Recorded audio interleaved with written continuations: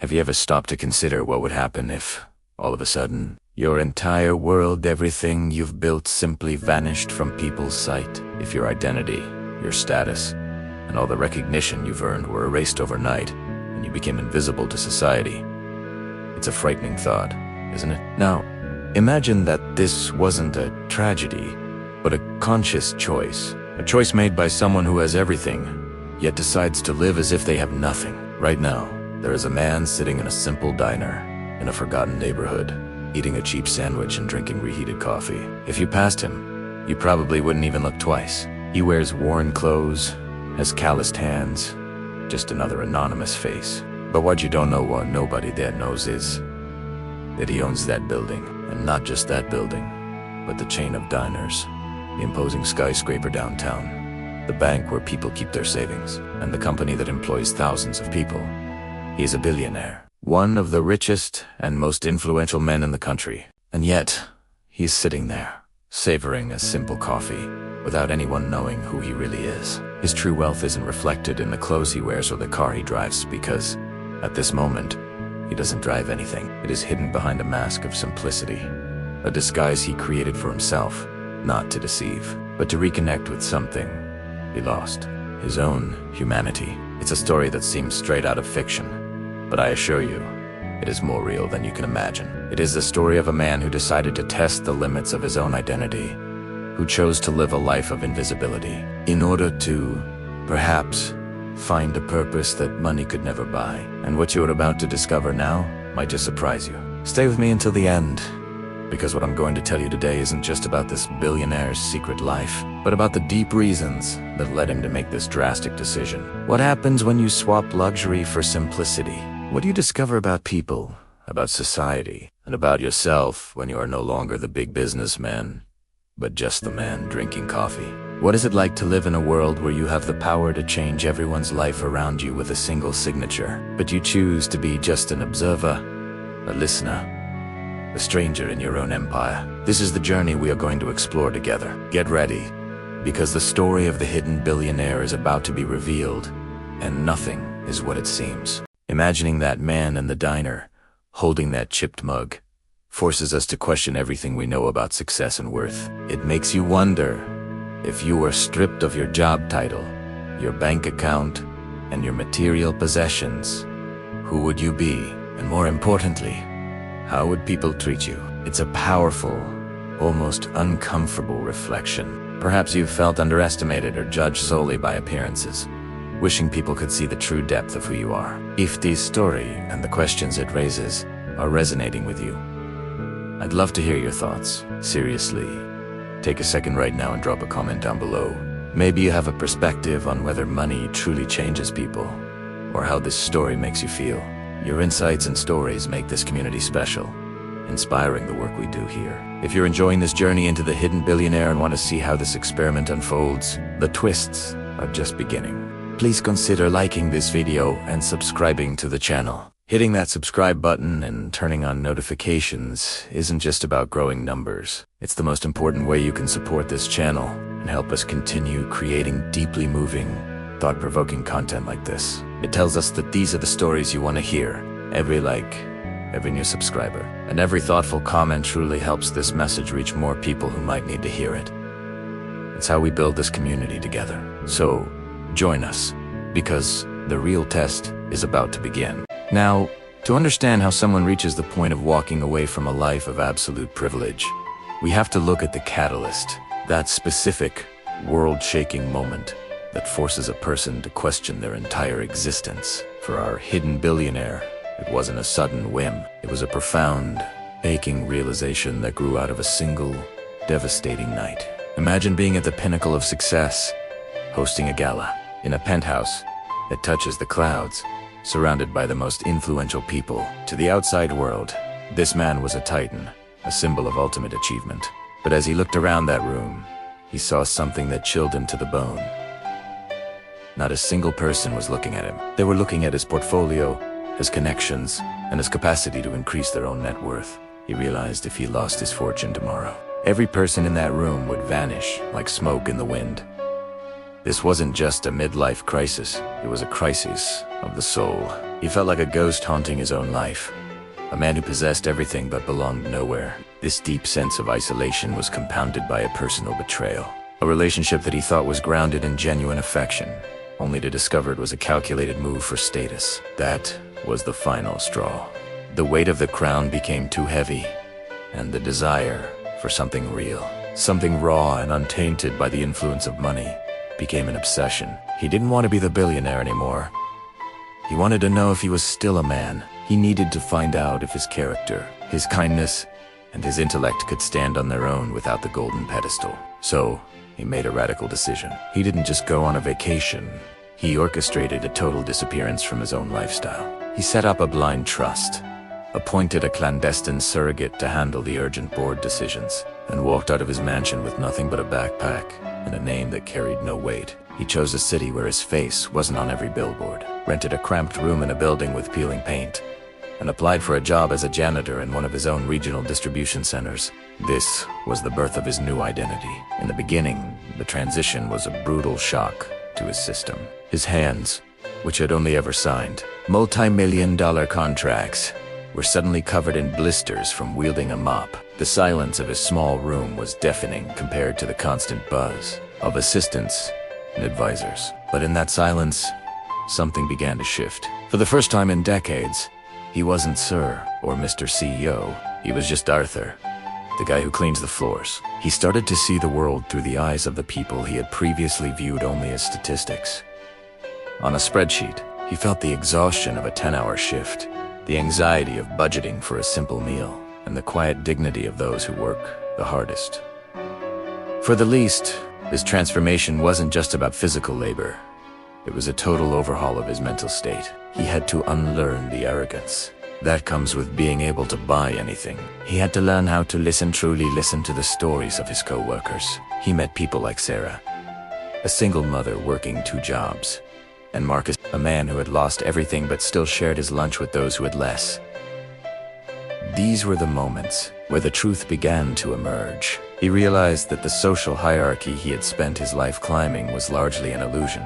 The people he once looked down upon were often richer in spirit than the associates he had left behind in the boardroom. He found himself feeling more alive in a break room smelling of stale coffee than he ever did in a 5-star restaurant. He was discovering a version of himself that was resilient, empathetic, and genuinely curious about the human condition. As the days turned into weeks, his disguise became his reality. He began to find a strange, liberating power in being nobody. Without the pressure of maintaining a public image, he was free to be honest. He was free to help people without it being a tax write-off or a PR stunt. He started using his vast knowledge of business to subtly help his coworkers, giving them advice on debt management or helping them navigate complex bureaucracy, all while pretending he was just a guy who reads a lot. The impact he was making was small, but it was direct and personal. He was finally experiencing the sincerity. At Kravit. Yet, with this new life came a terrifying vulnerability. He lived in constant fear that his past would collide with his present, that someone would recognize him and shatter this fragile, beautiful world he was building. He was walking a tightrope between 2 lives, and the higher the stakes grew, the more he realized that he couldn't hide forever. The decisions he made in those shadows were forging a new man, but the hidden billionaire was still there, lurking beneath the surface, waiting for the moment when the world would demand to know who he truly was. Now I want to go even deeper into this subject, because the real challenge wasn't just staying hidden. It was what happened when he realized that his own company was failing the very people he had grown to love. As he worked those long nights, he began to see the backstage of his empire, the flaws, the coldness of his own previous policies, and the real-world consequences of the efficiency he had once championed from his ivory tower. He was seeing the human cost of his own success. Every time he saw a colleague struggle because of a budget cut he had signed off on months ago, it felt like a knife to the chest. He was no longer just an observer. He was a participant in a system he had helped create, and the guilt was starting to become unbearable. He had to decide, would he stay silent to keep his new life, or would he use his hidden power to fix the machine from the inside? Risking everything he had found, this journey of self-discovery was becoming a journey of redemption. He wasn't just finding his own identity. He was discovering a new way to lead. He was learning that true transformation doesn't happen in a boardroom, it happens in the trenches. He was witnessing revelations about human nature that he could never have learned in business school.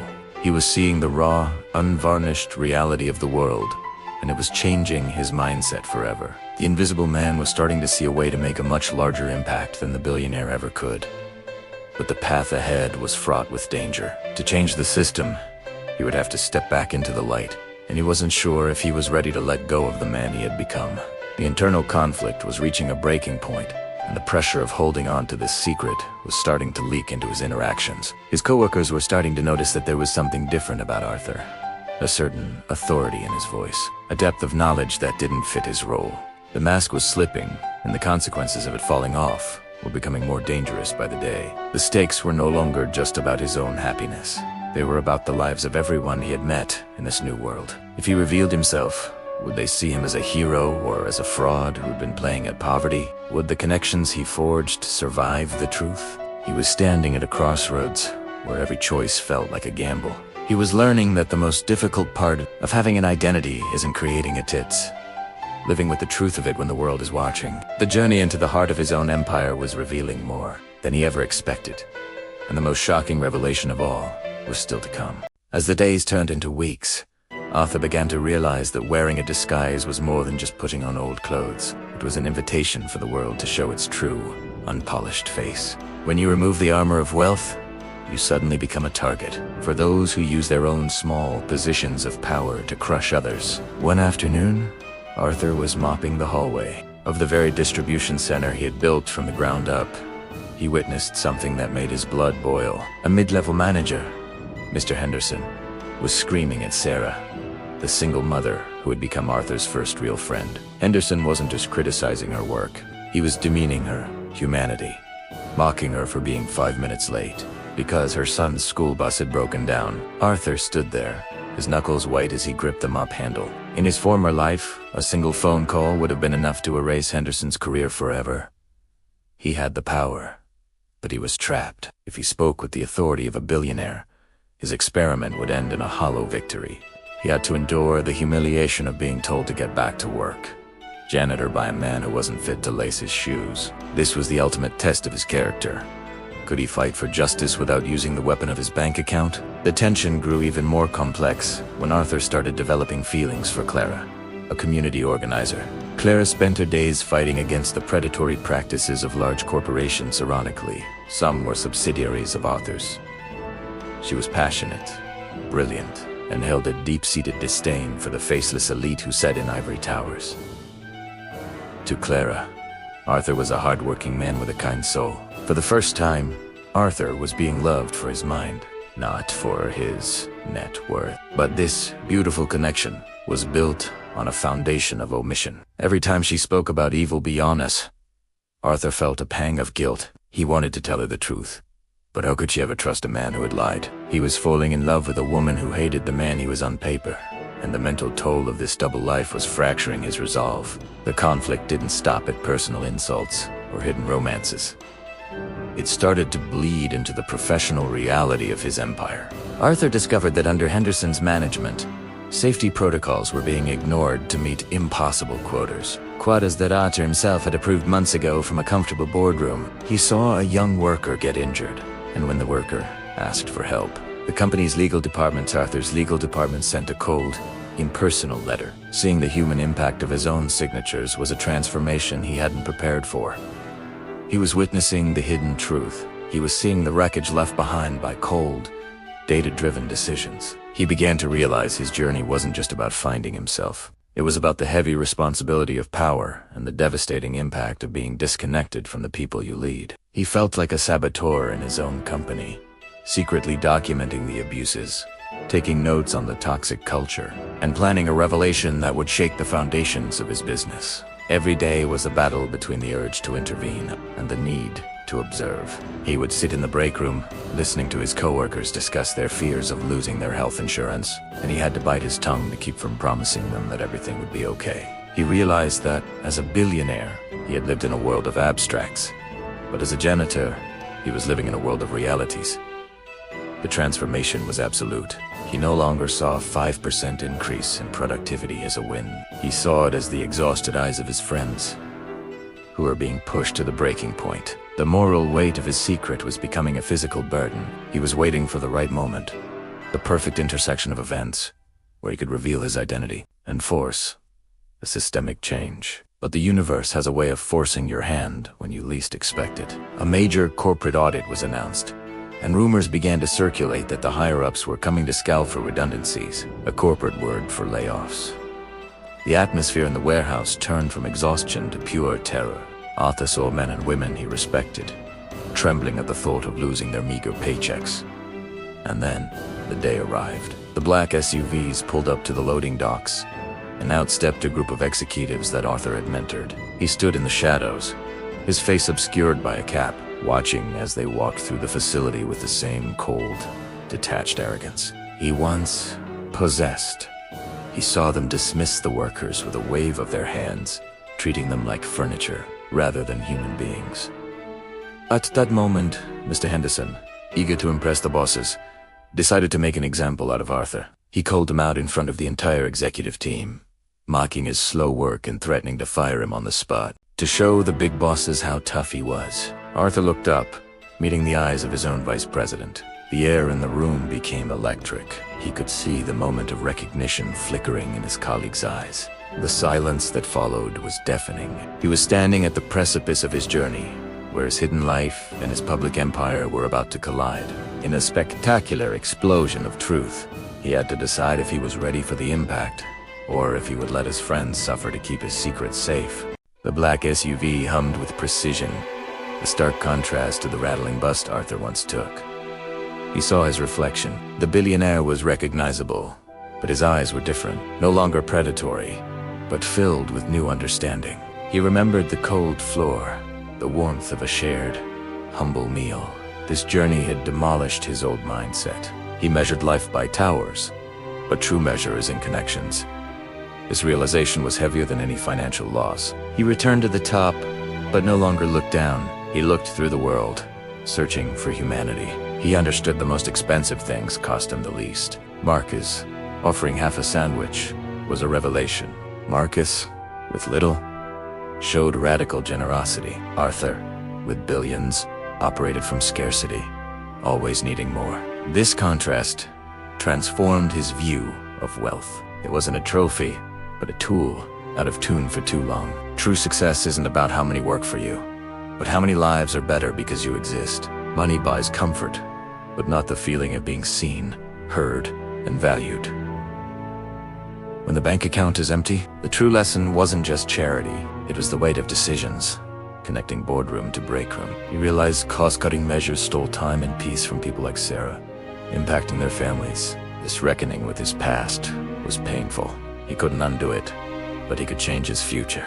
He overhauled his empire's philosophy, restoring dignity, not just raising wages. He became a guardian. He implemented childcare centers, education funds, mentorship programs, designed by the workers themselves. His friends from the warehouse were the ultimate test. He reached out, not with money, but honest conversations. He went back to the Lanchonette.